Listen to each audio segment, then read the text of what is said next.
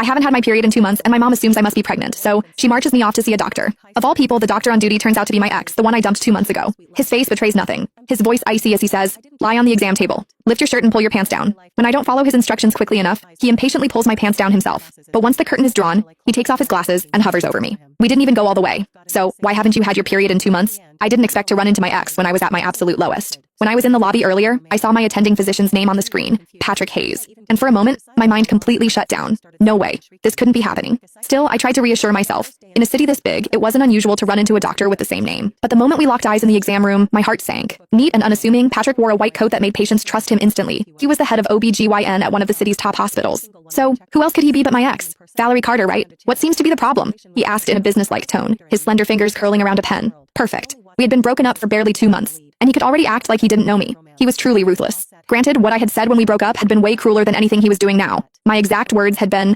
"Patrick Hayes, after today, the only way I'd even consider seeing you again is if you were lying in a hospital bed, begging me to." Now, they had come back to haunt me. We were really meeting again in a hospital. But this time, I was at his mercy. He was the doctor, and I was just a patient waiting for my fate to be decided. Forget about gracing him with a visit. His schedule was completely booked, and I couldn't even snag a single slot myself. Ultimately, my mom had to fork out double the usual price and go through all kinds of trouble just to get an appointment from a scalper. Just moments ago, I overheard a group of young women leaving the clinic whispering excitedly about how handsome the doctor was. According to them, the social media hype wasn't an exaggeration. They didn't even need a prescription. Just seeing him in person was enough. He was devastatingly handsome, the kind of face that made them feel like they could live decades longer just to admire it. At the time, I was curious to see for myself. Was everyone named Patrick Hayes that good looking? Now that I had seen him, devastating was the right word. But I wasn't referring to his looks. I meant myself. I was usually sharp-tongued. However, the moment I stepped into the exam room, it was like my voice had been stolen. I couldn't say a word. My mom, of course, didn't notice a thing. She had no idea about the tension simmering between Patrick and me. Instead, she started rattling off my symptoms at full volume. "Dr. Hayes, she hasn't had her period in 2 months. Either she's pregnant or something's seriously wrong.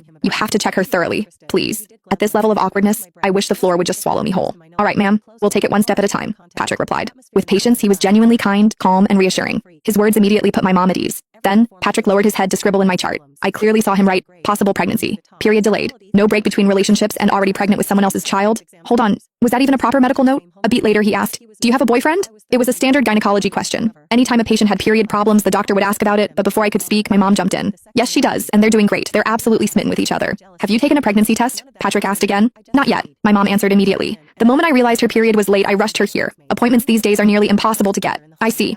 At first glance, Patrick still looked completely calm, but I had already sensed trouble. I could see his grip on the ballpoint pen tightening until his knuckles turned white. Even the pen tip had been